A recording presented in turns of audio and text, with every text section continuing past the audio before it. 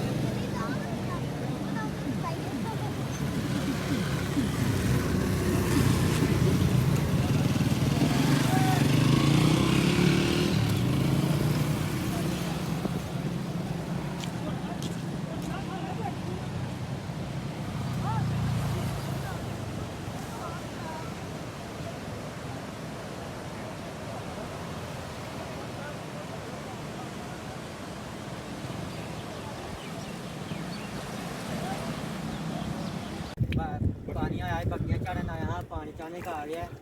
मैं तो बहुत परेशान हाँ, बकरियाँ मेरे नहीं निकल सकती। अब बंद वाले फोन किया है, अब बंदे आए ने मेरी जान बचाइए, मेरी बकरियाँ बचाइए, मेरी जान बचाइए।